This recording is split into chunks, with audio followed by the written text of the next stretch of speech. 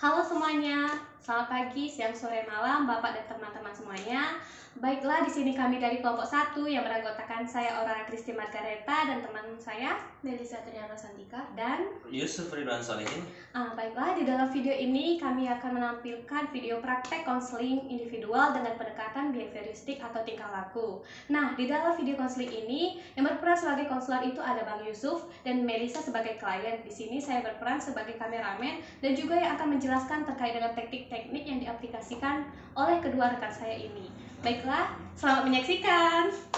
Baiklah, di sini saya Aurora Kristi, anggota dari kelompok 1, akan menjelaskan terkait dengan teknik-teknik yang akan diaplikasikan di dalam proses konseling individual dengan pendekatan tingkah laku atau behavioristik oleh kedua rekan saya nantinya. Nah, di dalam proses video konseling ini, kedua rekan saya mengaplikasikan terkait dengan dua teknik di dalam konselingnya. Yang pertama yaitu kontra tingkah laku. Nah, kontra tingkah laku ini merupakan teknik di mana konselor memberikan upaya di mana klien didorong untuk menyadari perilaku yang salah dan memiliki kesempatan untuk memperbaiki tingkah laku tersebut menjadi mengarah kepada perilaku yang benar atau menjadi perbuatan yang benar atau sesuai dengan norma-norma yang berlaku dengan kesepakatan atau janji di antara konselor dan klien. Nah, di sini terdapat tahapan-tahapan dalam melaksanakannya. Jadi, pertama itu, konselor itu mengarahkan atau melaksanakan identifikasi terkait dengan permasalahan tingkatan yang salah tersebut. Atau lebih tepatnya dilakukan yaitu identifikasi terhadap perilaku salah yang dimiliki oleh klien yang disadari oleh konselor saat proses konseling berlangsung. Nah, di sini konselor harus memberikan arahan kepada klien atau pemahaman kepada klien di mana sih letak perbuatan salah yang dilakukan oleh klien ini. Nah, selanjutnya itu klien atau konselor itu bersama-sama menyepakati atau membuat kesepakatan atau janji di antara keduanya bahwasanya klien ini memiliki keinginan dan upaya untuk merubah perilaku yang salah tadi menjadi perilaku yang benar atau sesuai dengan norma yang berlaku. Nah, di sini konselor harus mendorong keinginan klien berdasarkan dengan pemahamannya tadi untuk menumbuhkan perilaku yang benar itu. Nah, selanjutnya itu konselor memberikan arahan kira-kira tanggung jawab apa yang dilakukan si klien ini untuk memenuhi perubahan dari perilaku yang salah tadi menjadi perilaku yang benar. Bagaimana sih klien itu melakukan untuk mendorong dia melakukan perilaku yang benar itu. Nah, selanjutnya itu dimulai dengan tindakan-tindakan yang ringan dulu yang mungkin dilakukan oleh klien. Karena bila mana langsung saja konselor mengarahkan si klien untuk melakukan perbuatan yang besar, klien akan merasa sulit untuk melakukan perubahan itu. Karena perubahan itu sendiri dibentuk dari penyesuaian atau perilaku yang dilakukan secara bertahap dan sudah terbiasa oleh klien itu sendiri. Nah, selanjutnya itu di sini ada teknik yang kedua. Teknik yang kedua itu teknik aversi. Nah, selanjutnya itu yaitu teknik aversi. Teknik aversi ini berfokus kepada di mana konselor atau klien melakukan atau mengeliminasi atau mengurangi tingkah laku yang tidak tepat atau tingkah laku yang benar-benar sudah kronis yang dilakukan oleh klien ini secara sadar maupun tidak sadar yang memungkinkan memberikan dampak terhadap permasalahan yang dialami oleh klien ini. Di sini seorang konselor itu memiliki kesempatan atau hak untuk melakukan punishment atau memberikan hukuman kepada klien. Namun sebagai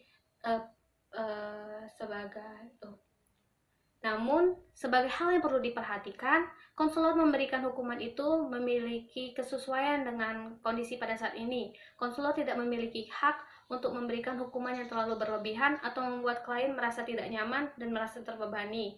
Jadi, di sini terlebih dahulu terjadi kontra aversi di antara klien dan konselor. Di sini, konselor harus menjelaskan terlebih dahulu apa sih tindakan yang tidak sesuai itu dan bagaimana si klien itu mampu memperbaiki dari tindakan itu. Nah, jadi konselor itu membentuk dulu kontrak atau janji di antara keduanya. Kira-kira hukuman seperti apa yang bisa dilakukan atau diberikan kepada klien yang mampu mendorongnya untuk melakukan perbuatan benar itu untuk mencapai perubahan secara permanen terhadap kesalahan tingkah lakunya itu. Pada saat ini juga konselor itu memberikan tenggat waktu untuk klien ini mencapai perbuatan yang benar itu. Nah, tahap pelaksanaan teknik ini perlu dengan analisis dan evaluasi yang berjangka oleh konselor terhadap perbuatan klien, dan benar-benar diperhatikan oleh konselor ini perubahan-perubahan dari tindakan si klien ini yang awalnya benar-benar salah atau sangat tidak tepat sesuai dengan jadi di sini konselor harus memperhatikan dengan secara seksama dan melakukan evaluasi dan analisis terhadap perubahan-perubahan baik hal kecil ataupun hal yang sudah mendorong klien untuk melakukan perubahan atau dorongan terhadap tingkah lakunya yang salah tadi. Sehingga di sini konselor harus terus memotivasi klien dan memberikan arahan kepada klien untuk terus mencapai kepada perubahan permanen yang ingin dicapai oleh konselor dan klien ini, terutama dalam penyelesaian permasalahan klien ini. Baiklah, itu saja yang dapat saya sampaikan terkait dengan dua teknik yang diterapkan oleh kedua rekan saya di dalam konseling ini. Saya ucapkan terima kasih dan mohon maaf kepada teman-teman apabila ada kesalahan kata ataupun tidak sesuaian. Selamat menyaksikan video kami bersama. Terima kasih. Iya, silakan masuk. Waalaikumsalam. Ya, masuk. Iya, Pak. Di sini ya. Ya, Pak. Aduh, panas di luar ya. Panas, Pak. Ya, sebelumnya silakan perkenalkan diri. Sebelumnya perkenalkan nama saya Melisa Tria Rosantika. Bapak bisa memanggil saya dengan Melisa. Oke, Meli ya, saya panggil ya. Jadi Meli ini dari kelas berapa? Dari kelas Melisa kelas 12 SMA. 12. Jadi bentar lagi lulus ya. Iya. Oke, sebelumnya apakah Melisa sudah pernah melakukan konseling sebelumnya? Sudah, Pak. Sudah. Jadi saya tidak perlu menjelaskan lagi ya apa itu konseling dan lain-lain. Kira-kira Melisa, kita kan mau konseling nih. Kira-kira Melisa nanti ada kegiatan lagi nggak? Kebetulan nanti itu ada acara keluarga. Jadi kita tidak bisa lama-lama berarti ya. Jadi berapa menit kira-kira? Sekitar 20 menitan bisa. Oke, bisa. Udah. Oke, ada yang mau disampaikan? Silakan. Di sini Melisa mau konseling mengenai itu masalah pertemanan. Sama.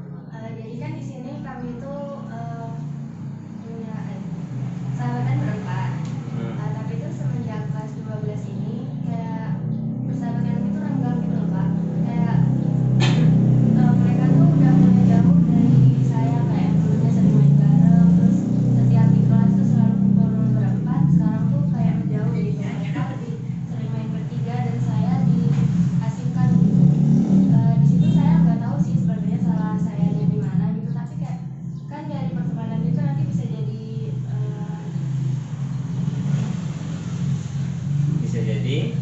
dari pertemanan tadi bisa jadi kedekatan. dari pertemanan tadi tuh bisa kayak ganggu pikiran kita, terus jadi nggak fokus belajar, terus kayak jadi netting gitu loh. Ih, apa sih salah aku kok jadi dijauhin sama mereka gitu. Jadi sudah berapa lama merasa dijauhin seperti ini?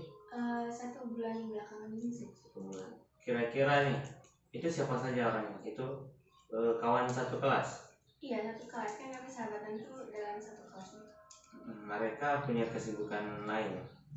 Kalau kesibukan lain ya mungkin ya sama sih, kan kelas 12 ya udah mulai mau fokus ujian ya belajar gitu. Cuman biasanya sih kayak nyempetin waktu, kayak kalau di sekolah kan ya kita sama-sama belajar ya, kesibukannya juga sama gitu. Tapi kok mereka kadang ke kantin tuh bertiga gitu, terus nggak ngajak saya gitu, duduk ngobrol-ngobrol itu bertiga. Kira-kira nih mungkin enggak, tapi kalau mereka bertiga, apakah mereka ini memang misa-misa atau mereka memang bertiga tanpa Anda? Ya mereka bertiga tanpa saya. Kira-kira ada nggak suatu kelakuan dari Melisa ataupun kebiasaan yang Melisa lakukan ini tidak nyaman di mereka mungkin? Kayaknya sih nggak ada sih, biasa aja. Nggak ada. Atau kayak suka ngupil gitu, nggak ada? Ya Allah. Nggak ada itu ya. Jadi kalau anak Melisa ini suka ngupil, kita hilangkan dulu kebiasaan suka ngupil ini ya. Ya kalau ngumpul ya. Oke, Melisa orang mana sih? Orang Jawa ya? Nah, atau kan Melisa suka ngomong, kalau sama mereka ini ngomong Jawa, jadi mereka nggak ngerti gitu. Ya kan mereka orang Jawa juga. Oh, orang Jawa juga. Oke. Kalau kerja kelompok itu sering? Kerja kelompok ya sering sih. Apa mereka kalau diajak itu responnya gimana? Ya main baik. Kalau untuk masalah belajar sih mereka masih baik, cuma kayak pertemanannya aja yang renggang. Atau ada rebutan ayang-ayang ini? Enggak punya ayam. Mereka semua nggak punya ayang? Oh mereka punya. Satu deh yang punya. Yang tiga enggak. Nah, mungkin gara-gara ayang ini salah satunya ya menjauh dari Melisa ini kan? Kira-kira gitu nggak? Ada nggak Tapi kemungkinan? kayaknya nggak masalah ayamnya teman saya sih, soalnya saya juga nggak terlalu dekat sama ayamnya, dia nggak kenal banget. Oke Melisa, jadi mungkin emang kalau lagi ngomong sama orang lain itu suka badannya gerak-gerak, tangannya nggak mau diem gini ya emang ya? Iya Pak. Itu kenapa? Punya sindrom apa gimana? Oke, itu tangannya suka gerak-gerak, itu jilbabnya kenapa dari tadi itu nggak sudah? Bukan sindrom sih Pak sebenarnya. Kayak gimana ya Pak, kalau ngomong sama orang kan berarti kita baru kenal ya Pak. Itu kayak gimana ya, grogi aja gitu sih. Tapi sudah kenal? Sudah kenal? Belum kenal. Siapa cuma nama tahu Bapak? aja. Nggak tahu. Oke, jadi kalau ngomong tuh ya dibiasakan tangannya tenang, diem gitu ya. Jangan gerak-gerak, itu kakinya jangan naik-naik kayak gini. Tadi naik-naik gini ya. Itu nggak bagus itu ya, diturunkan kayak gini. Ditutup, oke? Kemudian kata Kap. Satu. oke, yang saya lihat ini mungkin ya, selain Melisa tadi tangannya gerak-gerak, kalau ngomong itu Melisa ini masih terkesan ada yang ditahan-tahan kalau menyampaikannya, kurang terbuka juga, yang mana tadi masih menutup-nutup dalam menyampaikan, nunduk-nunduk. Kalau ngomong sama kawannya kan mungkin lihatlah kawannya itu kan, terus mungkin kawannya menjauh juga karena Melisa kurang terbuka orangnya. Jadi kalau ada sesuatu yang harus disampaikan, butuh curhat sama kawan itu, karena orang tua jauh kan di kampung kan, siapa lagi yang bantu kita kan selain kawan dekat kita, sampaikan saja. Nah nanti kalau misalnya saya lihat dalam pertemuan selanjutnya, ada konseling selanjutnya, kalau Melisa masih juga tangannya gerak-gerak ataupun tidak lepas dalam menyampaikan, mungkin ada hukumannya gimana? Boleh. Kira-kira apa hukumannya nih yang bisa kita terapkan? Gitu. Apa coba? Apa ya? Kayak mungkin traktir bapak makan. Oke, boleh. Makan apa ini? Makan permen? Makan. Makan bakso kali ya? Boleh. Bakso yang di situ ya. Oke. Ya. Selanjutnya mungkin sampai sini. Udah belum? Aku udah sih kalau mengakhiri gitu kayak karena Ya, aku dia yang mengakhiri. Enggak, misalnya kayak gini. Nah, bagaimana Melisa misalnya kayak gitu? Apakah sudah ada gambaran dari kamu untuk Oke, jadi setelah percakapan yang kita lalui bersama, apakah saudari Melisa sudah bisa mendapatkan gambaran daripada masalah Melisa ini sendiri? sudah di sini kan tadi mungkin Melisa kurang terbuka aja ya sama teman-teman, jadi kayak ada kesalahpahaman satu sama lainnya. Nah mungkin setelah konseling ini Melisa bisa membahas ke Melisa jadi lebih terbuka, terus kalau misalnya ada masalah Melisa bisa komunikasiin sama mereka, jadi nggak ada kesalahpahaman. Ya, betul. Yang namanya komunikasi itu kan sangat penting. Intensitasnya juga perlu dijaga baik sama teman maupun keluarga. Oke. Jadi mungkin nanti kalau ada yang perlu disampaikan lagi bisa datang ke sini lagi. Sebelumnya maaf Pak, di sini kan kita udah lebih dari 20 menit dan saya ada acara. Gimana kalau kita cukupkan konseling hari ini? Ya, oke. Silakan keluar. Kita. Ya. Terima kasih. Dadah.